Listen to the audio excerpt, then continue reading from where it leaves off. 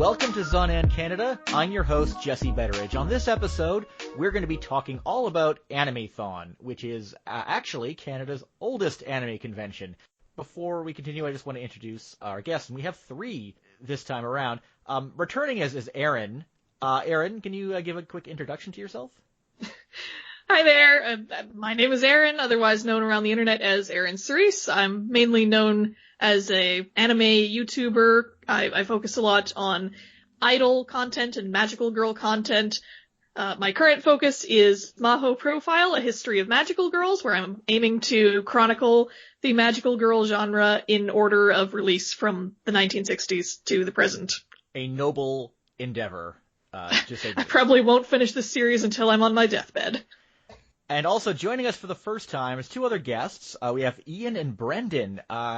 Can you guys give a quick introduction to yourselves? Certainly. My name's Ian Horner. I am currently a producer. God, no. I am what is produced at Loading Ready Run. I do some podcasts and streams here, but relevant to this particular conversation, I was the cultural liaison officer and art director for Animathon for a number of years. And I'm Brendan Beej Deary. I'm currently the business manager for Loading Ready Run. We're actually doing this from the Loading Ready Run studios in Victoria, BC. Fancy. Yeah, I know, right? And my involvement with Animathon was as a former vice chairman and director of PR. And also, Ian and I both had executive roles in the local university club that ran Animathon for a while before it became its own entity. Mm-hmm. I have a feeling that the close ties between BACA, the Bonsai Anime Club of Alberta, and Animathon are going to become very apparent. Oh, yeah, absolutely. And Brendan, I think we will henceforth be referring to you as Beej from my Yes, please, Jesse. Yes. I would appreciate it. All right. Beej. Well, you're a friend now. Yeah. Oh, okay. I'm honored. So, Animathon, as I mentioned, is the oldest anime convention in Canada. And actually, just to clarify, is it the first, or is it just the oldest currently running ones? Do you folks have any idea? So technically, we're getting into the nitty gritty here. Kind of okay, so really, if you were to think about the first, it would have been a convention called Mega Ball. Right. Ooh, this Right? I've never heard of. Okay. So there's Mega Ball, and then Mega Ball 2 happened the year after that. And that led to Animathon. So technically, Animathon is 2 years older than it really is. And this was all in Edmonton. This is all in Edmonton. Okay. But Mega Ball, I mean, technically we've never counted it because it was like a completely different name. And it was more than just anime, I think, at the time. Mm-hmm. I wasn't around for it. It predates me. This is something we only talked about in hushed tones. Yeah, it's like, oh yeah, remember Mega Ball? Oh yeah, let's not do that again, kind of thing. It's hey, we had one of those in Vancouver too. Oh well, there you go. Yeah. Yeah. And that's the thing is it's the guys who were around even before that, who were part of the University of Alberta Cartooning Club. That was it. Yeah. Animation and Cartooning Club, something like that. That the U of A ACC was what eventually turned into BACA, which we mentioned earlier. So yeah, it's been running for a very, very, very long time. And so this means technically convention activity in Edmonton as it relates to anime goes back to 1992. Because 1994 was the first Animathon. Yeah, that's, I think, a safe thing to say. Yeah. Yeah, and the first anime convention in North America, the first thing that was completely separated from sci-fi conventions was Project Acon, which was in 1990. Right. I think there's some other details before that, but I think it's the consensus is that Project Acon was the first full-fledged anime convention in 1990. So. And what's funny is I heard that there was a convention running that ran one time in Los Angeles. You're thinking of AnimeCon 91, and that was co-presented by Studio Gainax, the first time we actually had a Japanese company sponsoring a convention in North America. And then the year after that, it turned into Anime Expo. Yeah. Yeah. So in that sense, sort of the beginning of this activity in Canada is not far behind the U.S. at all. Pretty much. What is interesting is that, on this show in particular, this year we've done a lot of focus on Anime North, because I actually went to Anime North for the first time ever this year, which I had never done before because flying from Vancouver to Toronto is prohibitively expensive. Mm-hmm. And, this year and in previous years, I've talked a whole lot about anime convention scene in Vancouver. Now, Toronto is, it's the biggest scene, of course, because it's the biggest city. Vancouver, in many ways, is, I would say, probably the loudest, most obnoxious one in a lot of ways. But tell me if I'm out of line here. But in many ways, Edmonton strikes me as sort of the epicenter of a lot of anime fandom in Canada. Maybe this is just my bias because I'm in Western Canada, and a lot of the cons in Western Canada have followed Anime-thon as an example. But it seemed to have set a lot of the trends, like starting things in a university club, or just the general format or the way to run an event. So what I want to know is why Edmonton? Why has organized activity been going on so long and so consistently in Edmonton? Well, I think the Malcolm Gladwell answer, the sort of turns out about all of this would be that Edmonton is a very cultural city. It's the cultural center of Western Canada with the fringe festivals and your jazz festivals, and I think also with anime. Edmonton is also the festival city, so it kind of makes sense that would be where it crops up. As to why, though, I think that has a lot to do with the anime community in Edmonton at the time specifically. Like, I know that when we were involved in Baka, we had a lot of people who were involved in the tape trading scene. Mm-hmm. Yeah. And very high up. Like, these were people who outlaid the large amounts of cash to get laser discs and get to their SVHS masters. SVHS masters with a flying erase head. Yeah, right. We had people who were actually distributing Brother Dear Brother, I think. Yeah. And it was one of the few ways to get it. So having that sort of group of people who are very deep into the scene, acting as kind of a focal point. Yeah, really. A focal point, and people who are trying to promote it as well with good quality and almost, dare I say it, professionally. And part of that too is that like Anime-thon, or might have been Mega Ball, but one of the two, I know, it became a focus for these people because what I remember was the old guard from the animation cartooning club going to that show in Los Angeles and getting to meet a whole bunch of people from these different companies. It was one of those kind of, if I remember the story correctly, it was you paid a few $100s to get into this thing, but the bulk of it was getting a chance to sit at a table with somebody who is in the industry and a Japanese translator and getting them to sign stuff for you. And they were kind of like agog at the idea that anybody would do that. And so when the Japanese guests were, that anyone would want to do that in North America. And then the people who were down there came back to Edmonton and were like, well, that isn't so hard. Like, we could hold the convention, couldn't we? Like, we could probably get that together. And so I think that's what started Mega Ball, and then that's what eventually became Anime-thon, was just this idea of that it isn't really that hard to just organize a thing that a bunch of people can come to in, like, one room.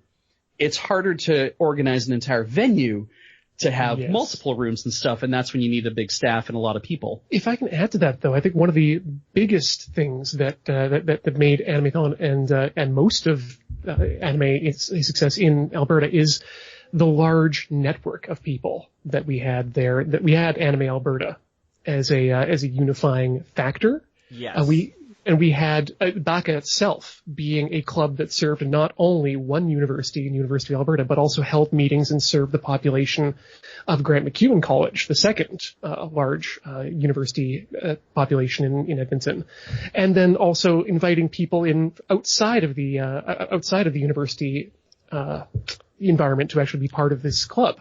You get a much larger population, and that allows you to actually support a convention. Yeah, we had a success. Our club, like Baka at one point in the late 90s, early 2000s, was like upwards of 120 members, which is kind of unheard of for an anime club, was my understanding. But it was just the right moment for it because internet was still pretty nascent. Tape trading was a major way to do things, and just having a place for We were even taking in kids who were like seniors in high school who wanted to like come to the club, and it's like, okay, it's fine. Don't screw around. You can come to the club, pay your dues, and do the thing. That's how I got my start, and then having access to this massive tape library that they have as well, which means I don't have to drive to rent tapes or spend my money to do it. Yeah, that's kind of how I got into it later on down the line as well. Like, I know that I was based in Calgary at the time, and how I got drawn into the whole thing was that Anime Alberta was a strong presence in the province as far as fandom went at the time. And when I, as a nascent 14-year-old, was searching like, hey, who else likes anime in Alberta? What do you think turns up when you search for that, I guess?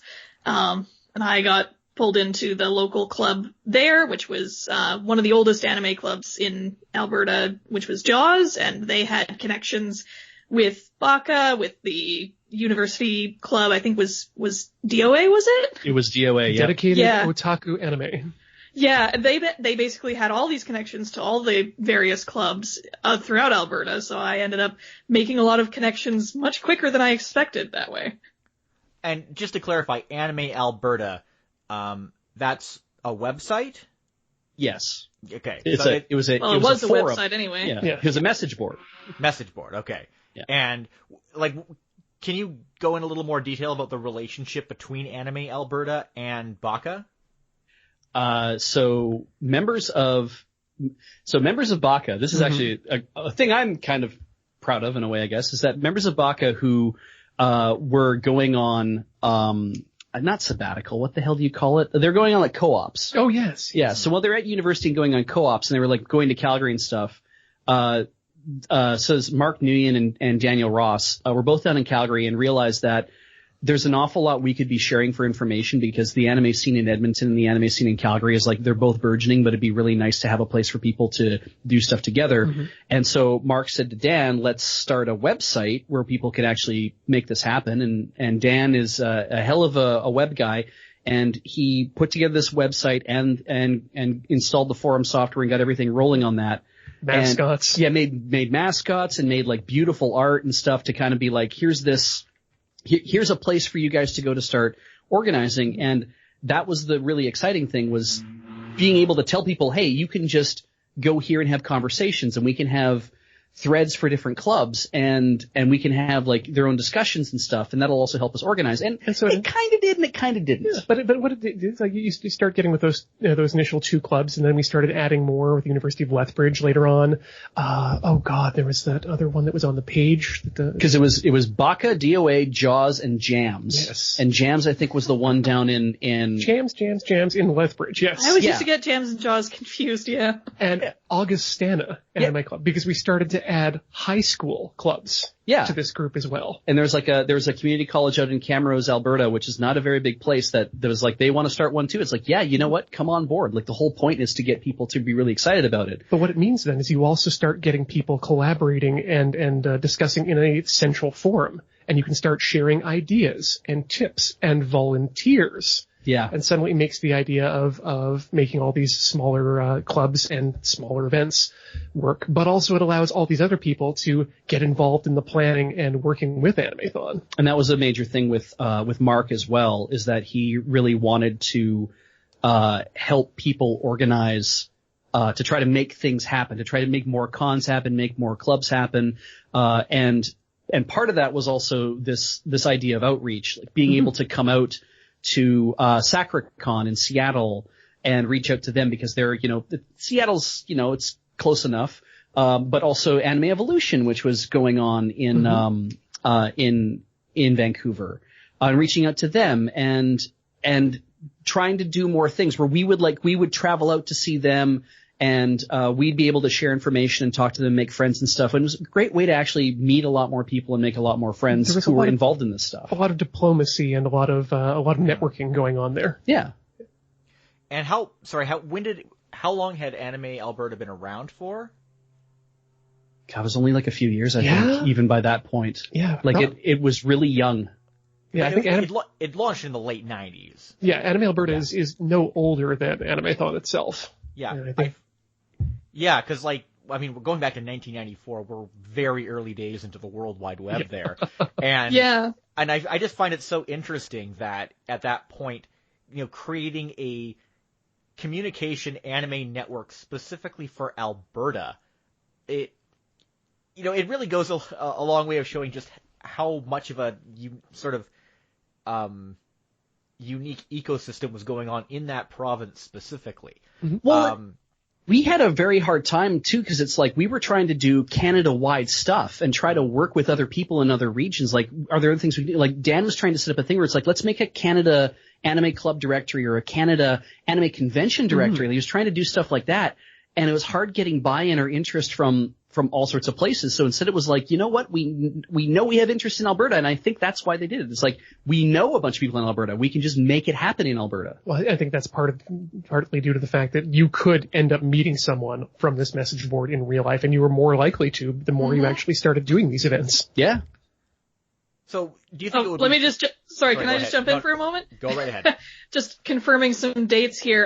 I've actually been like jumping into the Wayback Machine just to see like how far back the Anime Alberta domain even goes as far as their captures go. And it goes back at least as far as 1999 as the earliest archived page they have on there. Oh. And I do want to comment on the page that is up there because the capture is a blank white page that says Anime Alberta services ended. Yeah. And it's a message from Gabriel Hall. So I have no idea what was going on at that time. It looks like major shakeup was going on then. That major was a shakeup in an online anime community in the late 90s? Never. Drama amongst the anime crowd? Holy crap. But yeah, I mean, I guess this is kind of a chicken and egg situation. I'm not sure, like, it seems that the fact that this website was able to get off the ground, I think, to me, the impression that an uninformed person like myself who lacks context is getting is that the fact that this website got off the ground played a big role in unifying a bunch of stuff that otherwise would have just kind of faded away, like, many anime communities would have back in the 90s without, any kind of greater infrastructure. Well, especially without that sort of critical mass of just sheer people involved. Yeah, it's like any good web community is that being able to get a whole bunch of people involved to make it feel vibrant makes it mean that more people will be drawn to it at that point too. And that was just, that was really great. Like, it's clear that the clubs came first, the cons followed, and then, I mean, part of why OdaFest got rolling as well as it did in Calgary, Alberta, was in no small part to the rivalry between Edmonton and Calgary that's always existed.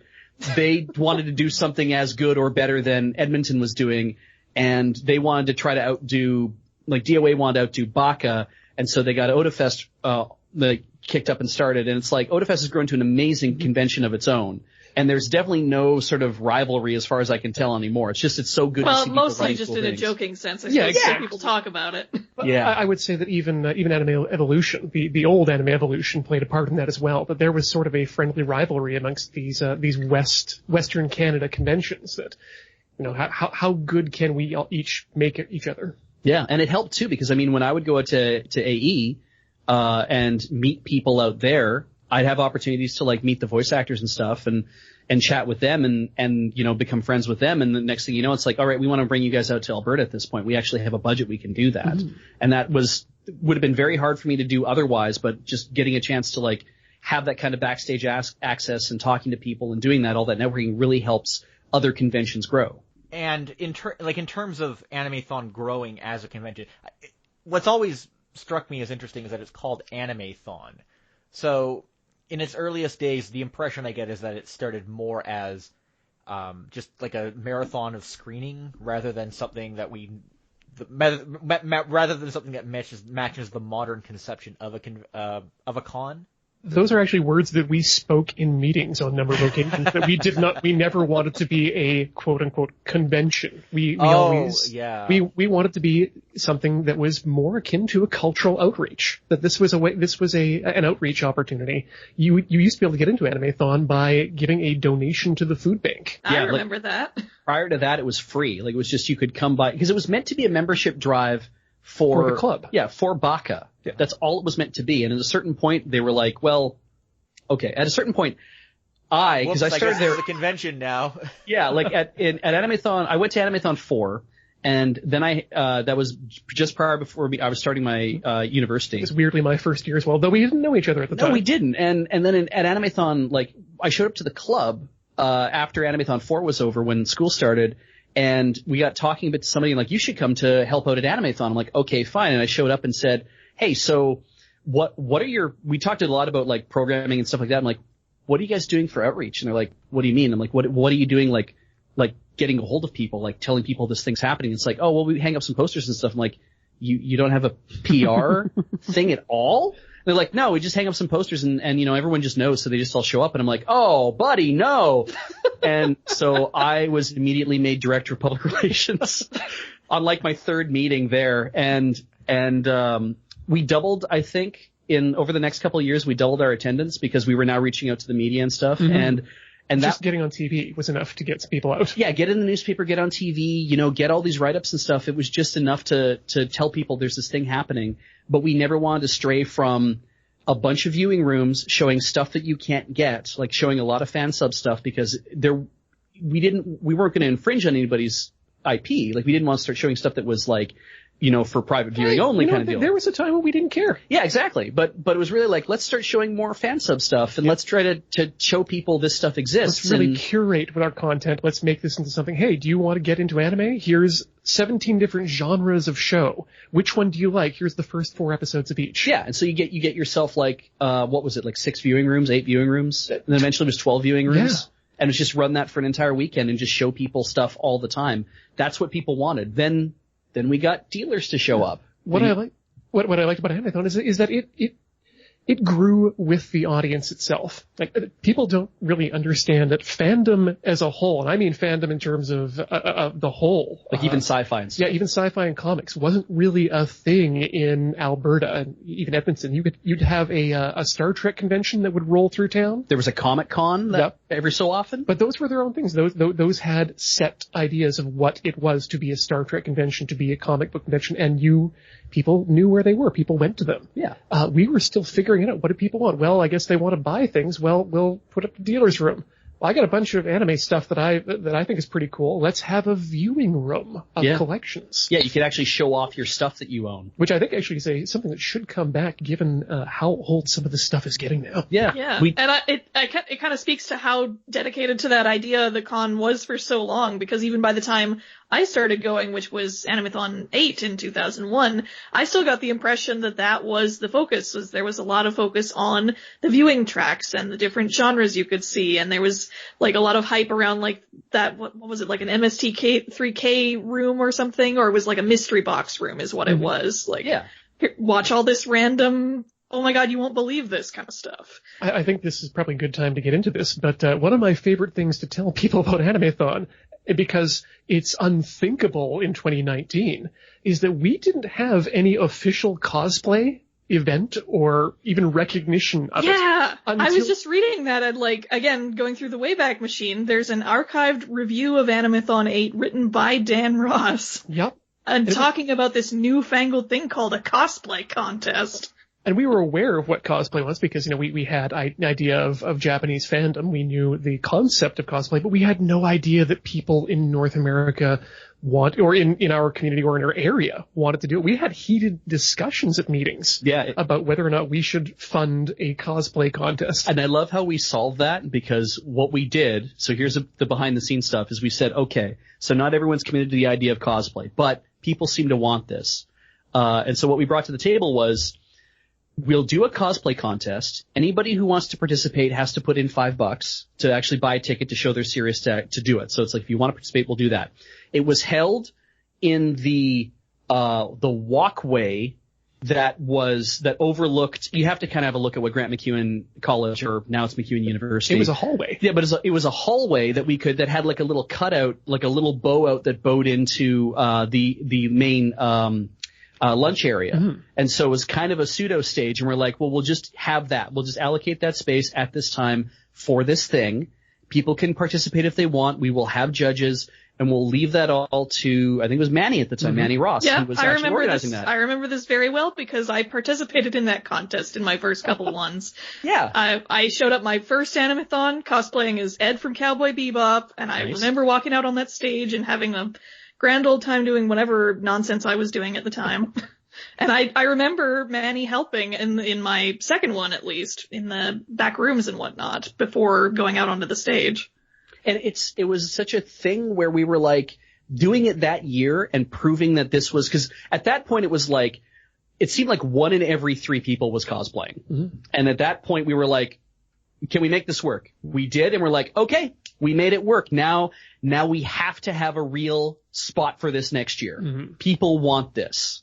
And that's how we did it. We basically tried to make everything, it was free to get in, but we were trying to charge for things that we saw as like premium content, because we're like, that's how we'll pay for the space to be able to hold the premium stuff in the first place. Because at the time we knew that if we started charging $80 just to get in, this was not going to be an event that would repeat itself. Yeah, no one was going to come to that. Yeah, it always baffled me for the longest time that like other conventions in other parts of the country and continent were much more expensive than what I was used to, something like Animathon being like a really cheap nominal fee plus a donation to the food bank. It was always we charged the dealers to have tables, mm-hmm. and then that way what the dealers were being charged for was what went into paying for the venue. Mm-hmm. And at a certain point we realized we were getting too big and couldn't keep doing that. Oh, that's the dealers room itself is another. I don't want to get right into the dealer's room already. But we have stories, the stuff we got away with. Gosh, again, starting off with, in 7, having the dealer's room, again, just being a hallway in a college with these yeah, it was just like walled off with like familiar. Screens and whatnot in the lunch area. Yeah, it's just what you did, right? You're like, this is where you walk around. And then eventually moving it to a cafeteria with a countdown to enter the dealer room, followed by a stampede, which in retrospect seems like a very big health and safety violation. The second year we did that, we realized we're not doing that anymore.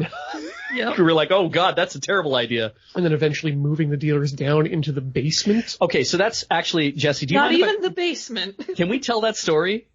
Do you mind if I tell a story? Okay, so what happened was, it was like Animathon 9 or something like that, where we had been able to move, the previous year I think we'd been able to move, the dealer's room out of the multipurpose room, which was in the cafeteria. We moved it out of that room and moved it into a gym, and we liked it, but we didn't really fill the gym. And so the next year we're like, okay, but this year we can definitely fill the gym. And we went back to GMCC and said, okay, we want to rent the gym for this space. You're like, you can't, because we're having the entire gym refinished, because the week after you're going to be there is a volleyball tournament, because it's always a volleyball tournament that splits with every freaking anime con. It's always a volleyball tournament. Every anime con in Alberta always ends up splitting with a volleyball tournament. And so we're like, we have no place to put all of these things. Like, we have no place to put them. Like, there must be some place we can deal with this. And they're like, okay, we'll give you the parkade. And they had a parkade, they had underground parking under GMCC is spread out over 4 city blocks. It's a very long thing in the middle of downtown Edmonton. And so they had a parkade that went under 2 of those city blocks. It's just 1 floor down. And they said, we'll give you 1/2 of that parkade. What do you think? And we were like, well, what choice do we have? So we rented the parkade, but it was brilliant because it meant that dealers could drive their stuff in downstairs, park their cars and unload directly to the tables if they wanted to. They just park on the other side of the parkade. And we could control access to the dealer's room, which helped us because we were letting people in for free to go to the viewing rooms and some of the other stuff. But in order to make money to pay for that space, we started charging for access to anything above just viewing rooms. Mm-hmm. So it was a $10 ticket. So you could get in to go to the vendors, to go to like the cosplay and stuff, to like a lot of things that year was all like spend $10 and get in to do that. And the parkade, we thought we'll do this 1 year and it'll be done. We did it the 1 year and we're like, this works so well for crowd control, and it gets half of the crowd out of the hallways, because the hallways were always packed. It gets them downstairs doing something else and removes all that heat and all that congestion. It was a brilliant idea. Yeah, really the only drawback was it smelled like cars. Yeah, mm-hmm. Yeah. It had a really good early, like late 80s cyberpunk aesthetic to it. It kind of did. No, it was very great. like I love back alley there. market. Yeah. This is the thing about running a convention in a university, is that you never know there's never a good place to put the dealer's hall. You have to think outside the box. Yeah, like AE that 1 year, they couldn't get a dealer's hall together, so they had to hold it in 5 different classrooms. That 1 year? Oh, well, okay. The 1 year I remember being there, they had it in 5 different classrooms. So that's yeah. how they did it. I vaguely remember something That's how like that. Anime Evolution did it for the majority of the time they were running at Oh. They could never secure an actual place. I think one time they had it winding through the Maggie Benston Center with a third of it outside, and they had to put fencing around the dealers that were outside and just leave that stuff overnight. Oh my. And most of the time it was weaving through classrooms. They couldn't just get a gym or anything to put it in. Yeah, which was weird to me, but I mean, I guess that's how Simon Fraser University was all spread out at the time, so. You know what? Let's just leave it at that. Sure, okay. Different episode. It is interesting how Anime-thon just kind of, the impression I get is that it really grew into what had become a standard anime convention in so many ways, even though there was resistance towards doing that. And it's now kind of in retrospect, it's seen as having been an anime convention all along, despite the fact that a lot of people didn't want it to be an anime convention during many of those years. Is that accurate? I mean, I just wanted to attract like 5,000 people to come and hang out on my birthday. Yeah. That's all I wanted. Yeah. You did a bang-up job there. Yeah, like every year, Anime-thon was just right on or around my birthday, and I was like, I'm going to have a birthday party with 5,000 of my closest friends one day. It's going to be great. I just wanted it to become a normal thing, and I think it finally did. Oh, yeah. And with guests as well, you mentioned that it was after Anime Evolution started that you began bringing in voice actor guests from Vancouver. So were guests not really a thing until after 2002? We had locals. Yeah, we had a few locals, and we tried to get in. We always thought of guests as being sort of a pie in the sky thing. Like we wanted to get in what we could, so we would bring in, the Taiko, not Taiko no Tatsujin. That's a different thing. Kita no Taiko. Yeah. Kita no Taiko was a local taiko drumming band. And then we got involved with the Japanese consulate as well, and we'd have some Ikebono demonstrations, other cultural aspects, but actually bringing people in from Japan or from the industry in North America was like the question was, how did you do that? Yeah, that was my reaction when it finally started happening. It's like, it's wild to think that this con actually had the resources to bring someone like that in. But it wasn't even the resources that I think that really killed us. Like, we knew at the time when we weren't making money that it was always a break-even proposition. Like, when we became a nonprofit society about Anime-thon 6 or 7, which was way better, I think, becoming a nonprofit society than becoming a company. Oh, it very much saved us. Yeah, it helped us a lot because they were willing to be way more lenient on us about a lot of things because we were still just a society. But when we did that, we were like, this is a break-even event. If we come out $1,000 ahead, great, because we're going to pour that back in next year for something else. Mm-hmm.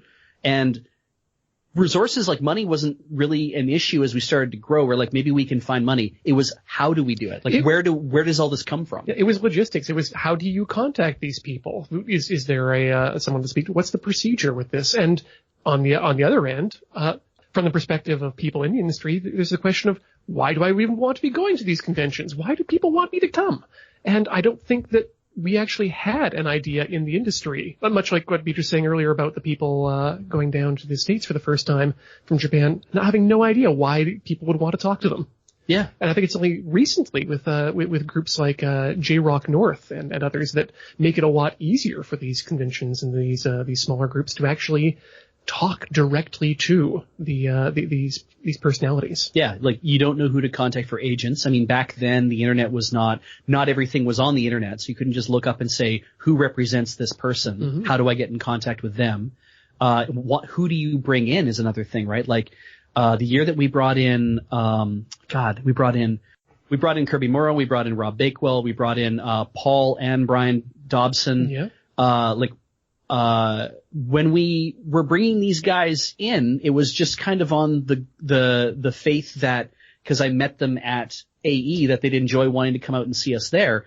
But it felt really like there's no way I would have known to contact the Ocean Group, which is who they were all working for, and say, hey, we want to bring you out. Like, I would have had no information on how to do that. I think there was also a bit of prejudice going on, too, in terms of the planning committee, not really recognizing dubs as a thing worth doing. I was definitely on that side. I was like, I don't give a crap about dubs, so...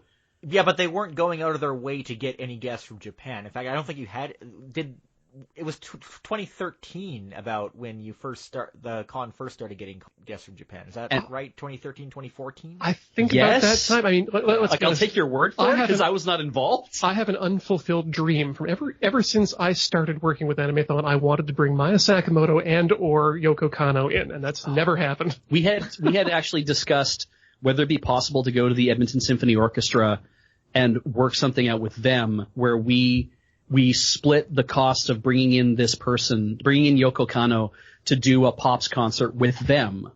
And if they'd be willing to do it and be like, we're not interested in taking the money from the sales or anything else. Like, that's not our thing. We will help get her here if that's what's necessary. If you like her music and you want to do this, we just want to have a venue in town for the concert during our event so that people can come to it. They'll have to pay their own way in, and we want to be able to pay our own way in. And we just want to have a chance to meet this woman. That's all we would really be looking for at that point. We weren't interested in making money off the whole thing, but we never really pursued it because it was like, this seems very pie in the sky. It needs like many, many adults involved in this, and we were not at that level. It needs an unknown number of extra people and an unknown number of extra dollars, neither of which we have. Yeah, exactly. I know that nobody in this podcast went to Animathon this year, but it's definitely become transcended to a higher level when it comes to bringing in Japanese guests. They haven't brought in Yoko Kanno. They have brought in Yoko Ishida, who the vocalist for the Evangelion opening. Yeah, I saw that, and I really regretted not going this year. I just unfortunately did not have a lot of time and energy to go this year. And what caught my attention was the production staff from Sunrise who came in out of recognition of the fact that the season 1 finale of Gundam Iron-Blooded Orphans was set in Edmonton. God! I greatly appreciated that they brought in the Edmonton Con got guests from Sunrise to come. Yeah, they had like a whole Gunpla contest and everything to go along with it. Rare acknowledgement from Sunrise of the many Canadian references that are strung through the entire Gundam franchise. And I can't help but wonder if we started some kind of anime event in Prince Rupert, BC, if we wanted them to come have some kind of celebration specifically about Amuro Ray, who, according to some sources, was born in Prince Rupert, although my understanding is that is inconsistent in the Gundam canon. Also, I wish that someone who had gone to that event at Animathon this year had asked them why Sunrise isn't releasing any Gundam movies in Canada, because as terrible as Gundam NT was, I still wish they had released it in Canadian theaters, and I hope they do that with the upcoming film. It would have been nice to give my tithe, even if it is for something that I wasn't exactly a fan of. Yeah. Well, yeah. So I also wanted to bring up the topic of improv, because, says Beej, my understanding is that this is something that you were involved in at some point during Animathon. Is that correct? Okay, not just me. It was also Ian. Yep. Oh, okay, so both of you. And also Dan Ross, who I mentioned before. Mm-hmm. And also Mark Nguyen, who I mentioned before. We were kind of at the hot center of a lot of stuff that went on in Baka during those years. We were either presidents or vice presidents of it. I think when this all started, you and I were co-vice presidents, and we just spent a lot of time at the beginning of every meeting kind of goofing around in front of the audience. Yeah, just goofing and quoting stuff from different shows, or just kind of making our own stuff up, and just kind of, because it didn't matter, because we were like, hell, we were in charge. Yeah. People weren't going to tell us to get off the stage while we were prepping to actually run the anime, right? You can't watch your anime until we tell you can. Yeah, so we're just going to stand up here and just goof about. And Mark had seen this and was like, because he always wanted to start an improv troupe. Yeah, and this was around the time when Whose Line Is It Anyway was just starting to get really big. Yeah, exactly. Like it was clearly the British shows were playing on YTV, I think, and I think Drew Carey's thing hadn't started yet, but it was improv was starting to catch on as this thing that other people were getting exposed to. And so he came to us and like, hey, do you guys want to like do something funny for Animathon 6? I think 7? I think it was 6, and I remember it actually happening like an hour or two before we actually were going to get on stage. Well, because we did the redubbing. Yes, we did that panel first, where Dan and a couple of guys from Calgary versus you and I and somebody else. Right. And Mark hosted that, and that was a lot of fun. And we're like, and he just showed us the clips beforehand. So he's like, this is what the clip's going to be, and you're just going to redub the entire clip as a goof. and that's going to be the show. And so we did that at Animathon like 7 or something like that. And then at like Animathon 8, he said, well, how'd you guys like to try actual improv games? And we're like, oh, sure. What does that even mean? And so we showed up. He drilled us on how these things work. And then we just popped into one of the viewing rooms. Just a small classroom. It's 2 or 3 tiers. Pretty sure I was there for that. Yeah, 40 seats. I'm sure there's video actually. Somebody probably has video of this. And we just fucked around, and I don't, but really, like, we had a lot of fun. And after we were done the show, Mark was like, that was awesome. We should do more of this. We did well enough to think we should do it again. I can tell you the audience thought it was great, because that was, at the end of the day, probably one of the main things I remembered from the con and was looking forward to for the next one. And then the next year, Mark was like, hey, let's do this again. And let's have a name, and then that's where the 404s came in. That was, I think, Dan Ross's idea. Script not found. Yeah, he was just throwing out names or something like, oh, let's just do 404s. And like, okay, and then Mark drew up a quick logo. It's like, that's who we are.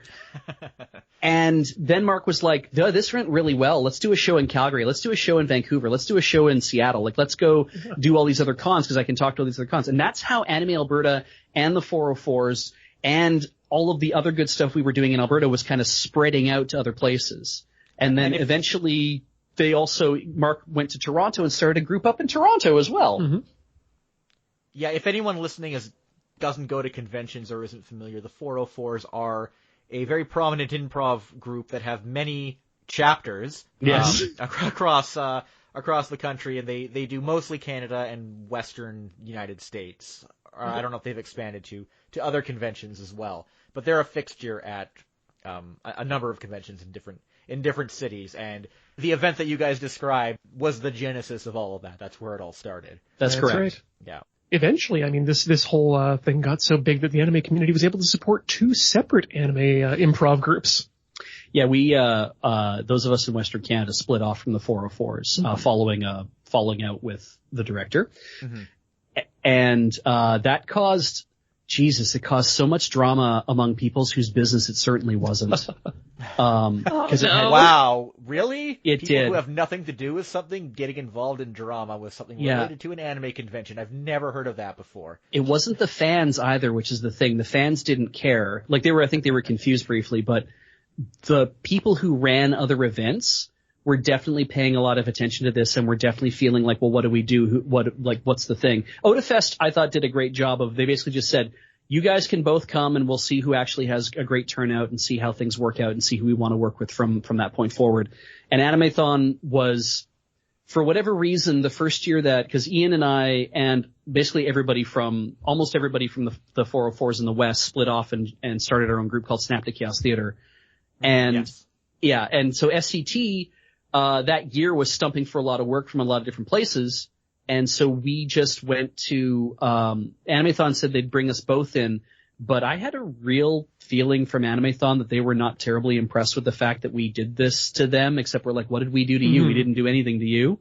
And that was a very awkward couple of years. It really highlights that despite the trappings of professionalism that we all put on all these conventions in Alberta, we are still just a bunch of fans still trying to put on an event. Yeah, it's a bunch of people still, right?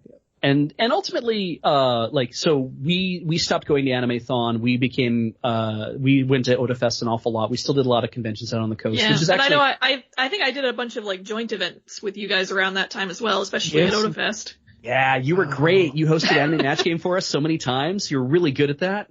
Yeah, no, that was really fun to do. I ran a lot of anime game shows at both Animathon and Otafest during those years, and that was the game show that we did together. It's a lot of fun.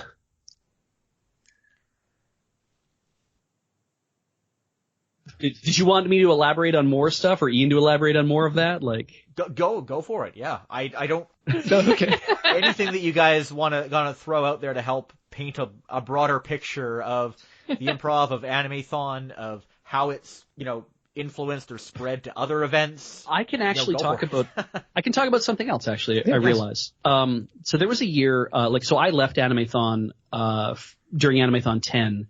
And then I got a call for 11 saying, hey, we've restructured everything and we want you to come back. And I was like, okay, cool. And they had started a new group. Mark Nguyen had started a new society. We dissolved the previous society. They dissolved the previous society. I had left. And the new one that they had made was called Asapo, who is, I believe, still who runs Animathon. Am I correct? Yeah. That's my understanding, yeah. Yeah. And that's what the Asian Society of, or the Alberta Society of Asian Popular Arts or something like that? That's the one I have on my resume, yes. Yeah. And so when I came back, it definitely things had changed. And I think on like my last year, which is I think Animathon 13, because I was like, I think I'm kind of finished with doing stuff with anime anyway, like, or not with anime, but with like running a convention. And, so I had said to the committee, I think it'd be really cool if we could try to do something like special or interesting this year, because we're also getting this hotel, I think, for the first time. And it was like the first time we're going to get a hotel. We're going to have space for stuff. And so I made a Skunkworks team where I basically went on Anime Alberta and asked people who would be interested in working on a small project within Animathon that is not Animathon, but it is part of Animathon. And it would be, you just be working on that. And I don't want to talk about it in too much detail because I don't want people to get excited about a thing that may not be happening.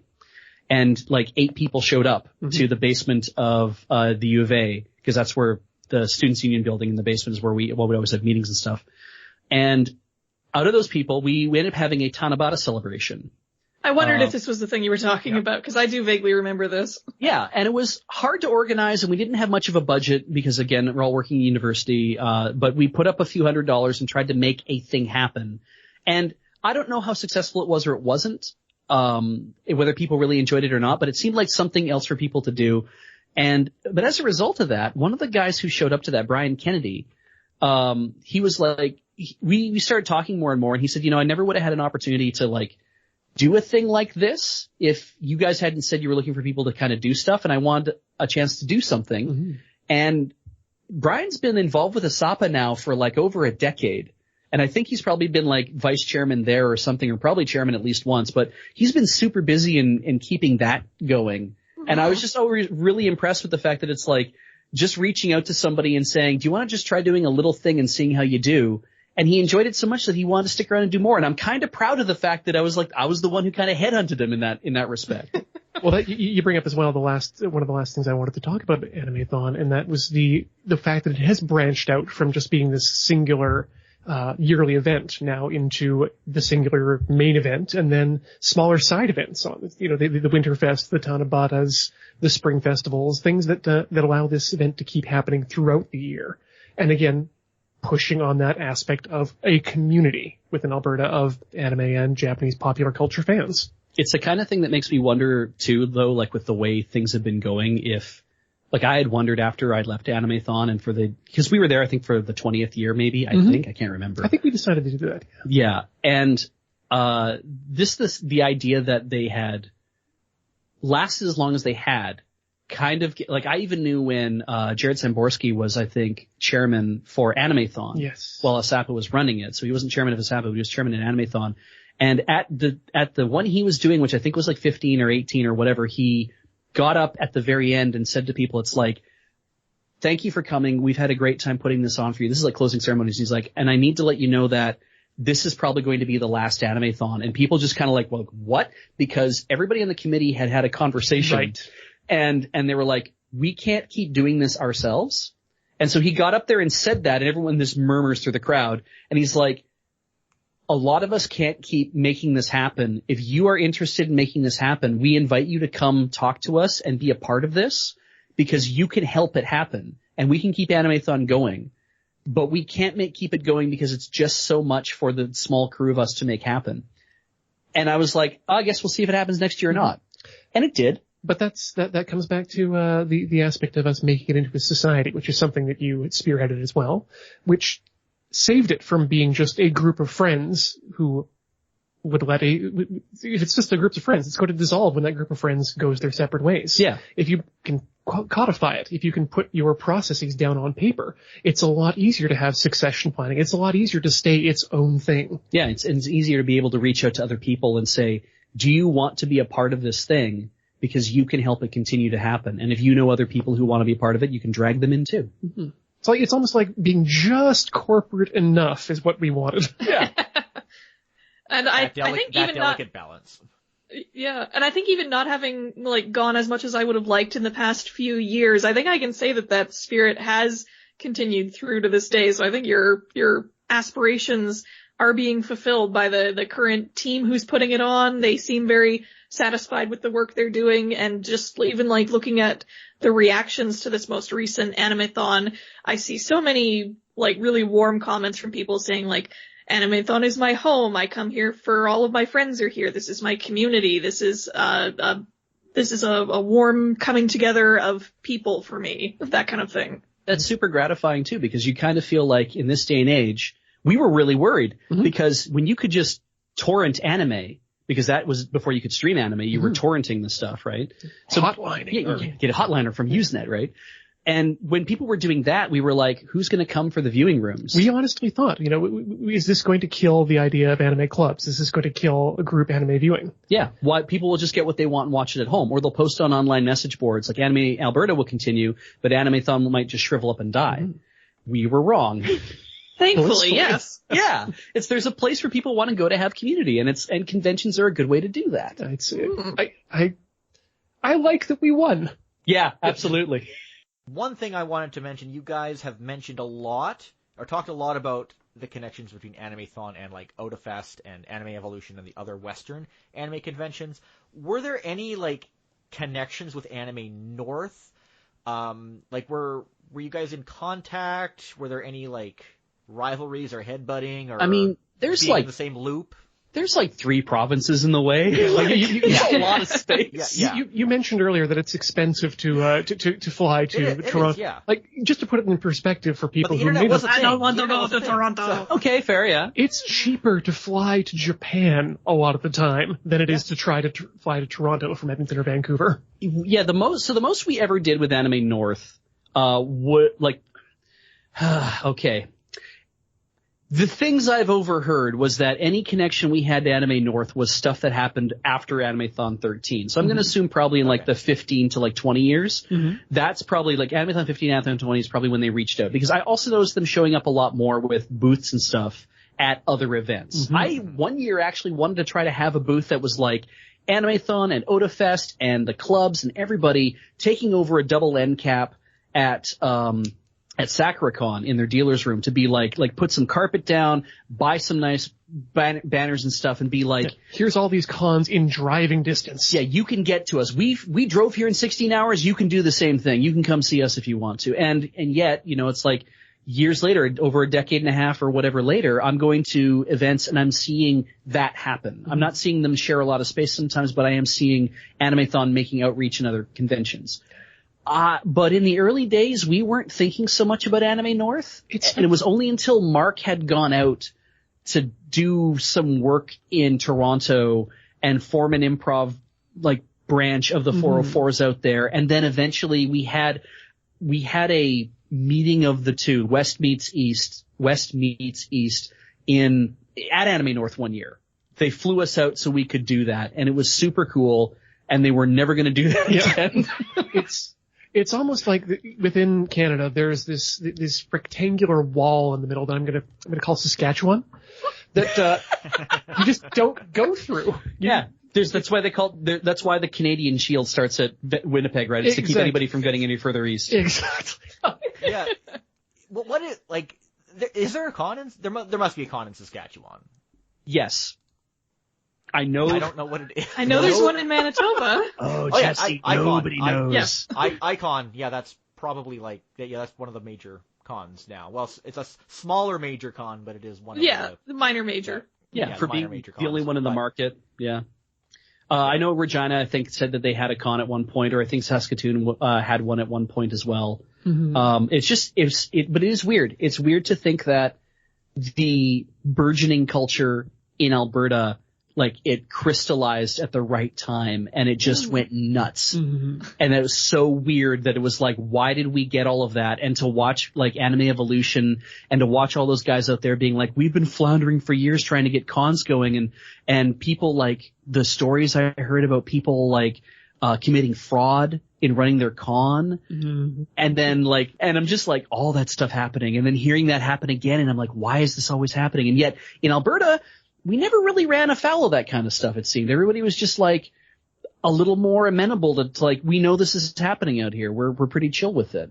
Yeah, the worst I ever heard was like just run-of-the-mill, like interpersonal drama sometimes, but nothing to really shake the foundations of a con. Yeah. Yeah. That is something to be admired. Absolutely. All right. So final question. I know that you've all kind of dispersed to some extent, but Aaron, I know you mentioned you want to go back to Animathon. What about Ian and Beej? Are you guys gonna return any day? Do you think, or someday? The only reasons I ever went to Animathon after I stopped working for Animathon was because they were paying for me to get there for the 404s and for SCT. I don't remember the last time I paid for a convention ticket. Yeah. But that said, I have in my head a couple of times thought, you know, it would be kind of fun if we did some talks with our current employers of Loading Ready Run to see if it might be interesting to go out to Animathon, put on a few of our panels and shows, which, I mean, despite the fact that we are no longer involved in professionally the anime community, we still are involved a lot in the anime community in terms of recommendations. We used to run a podcast here. Yeah, and Late Night Dub Fight got its start at OtaFest. Yes. And was hugely popular at Animathon. Yeah, so if you're not familiar, the Late Night Dub Fight is a show that I put together for based off of something we did at Anime Evolution, which was another anime dubbing thing. We take clips from movies, TV shows, games, strip out the dialogue, and we gather some professional comedians from local areas along with people in our groups and redub them in a hilarious fashion.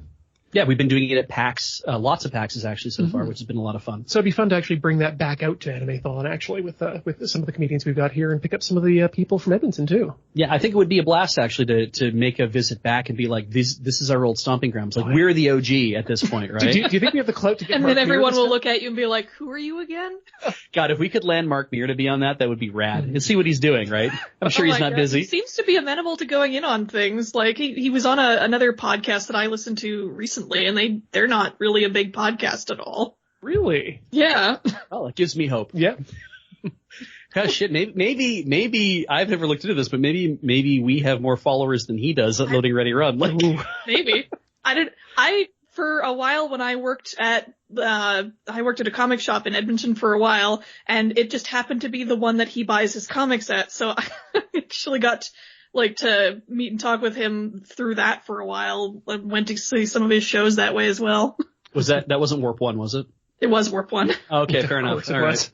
From running Animathon, I had also, because I'd learned an awful lot about event management at that point, I started putting on these roll your own con talks at different events as a way of kind of pushing this knowledge out to other people. Like, so I'd go to OtaFest or I'd go to high school cons or I'd go wherever, and I'd be talking to like maybe 8 people in a room, but I'd be saying, this is how we do it. This is how you can think about doing it. In an hour, I'm going to talk about all these different things.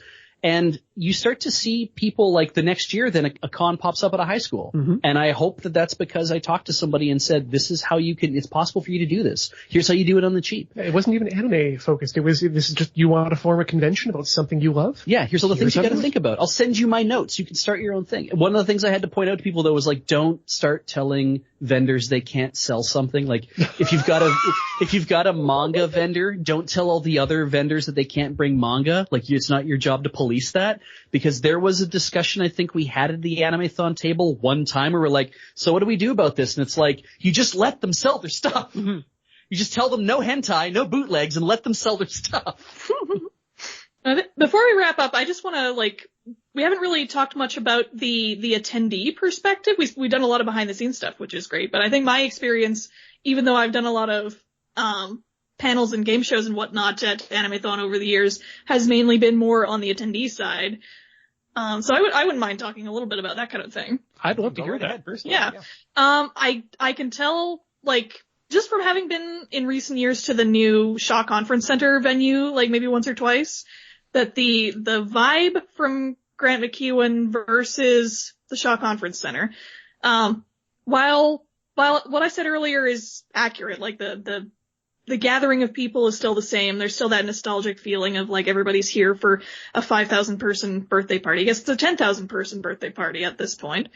But there's a real lack of green space, I think, is one of the things I always felt was a draw for me for going to Animathon in the early years. Was there's a lot of, at Grant Mac, there's a lot of like grassy areas in between the buildings where cosplayers would gather and hang out and just have basically like little picnics with each other.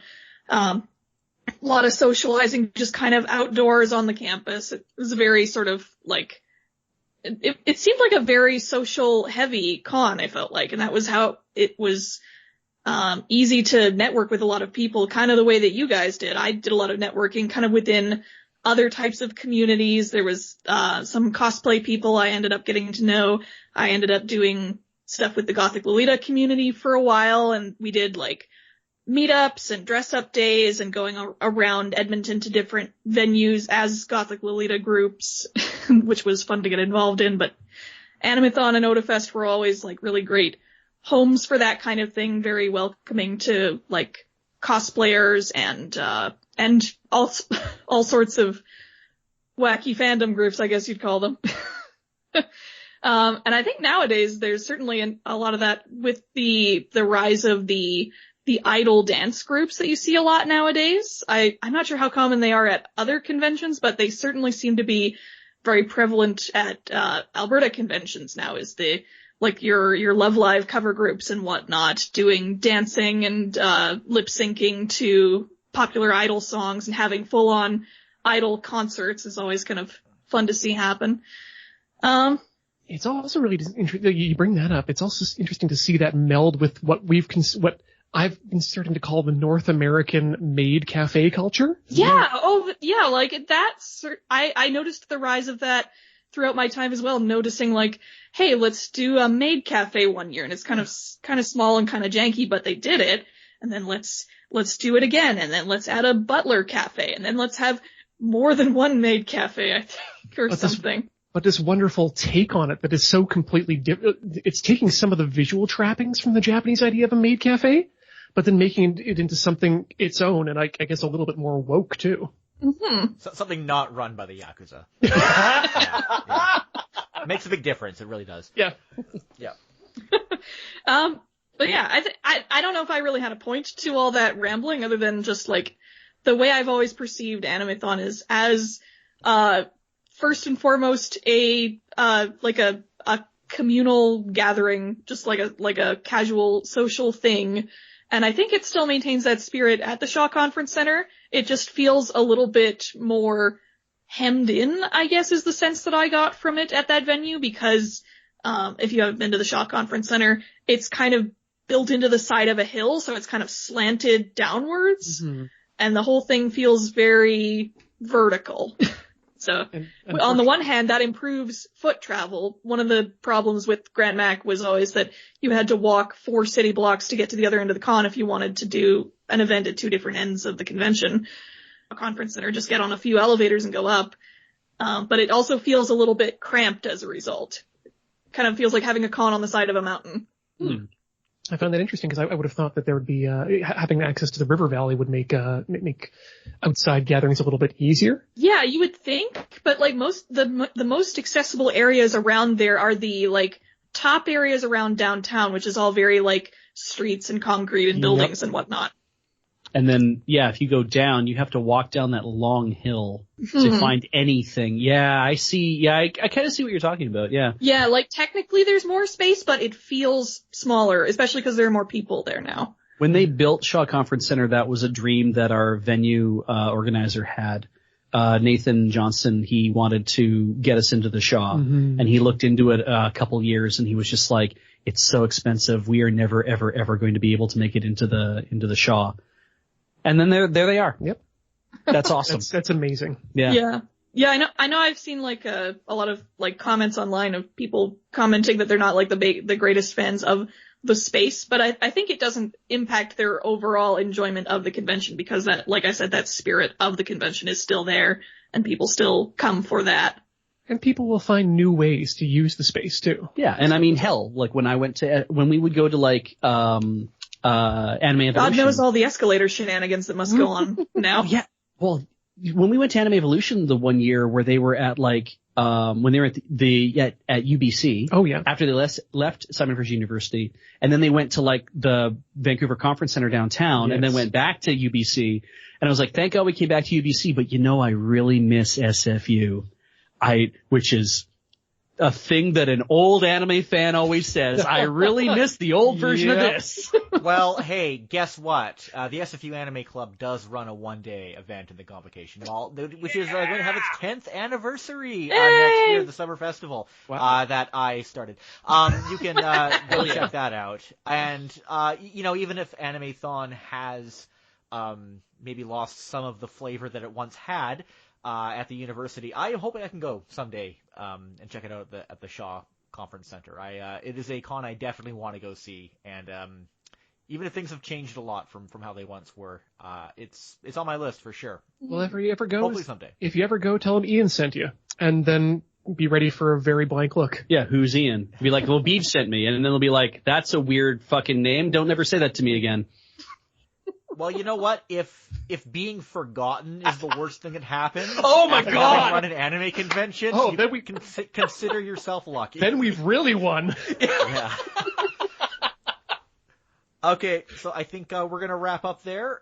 Can you all let the audience know where they can find you on social media or online? Yeah, you can find. I'm Brendan Beej Deary again. You can find me. I'm at Beej at octodon.social if you use Mastodon at all. Nobody does. But you can also find me doing my thing at loadingreadyrun.com. Loading Ready Run's a online comedy troupe. We've been doing it for like 16 years now. I haven't been with them for 16 years.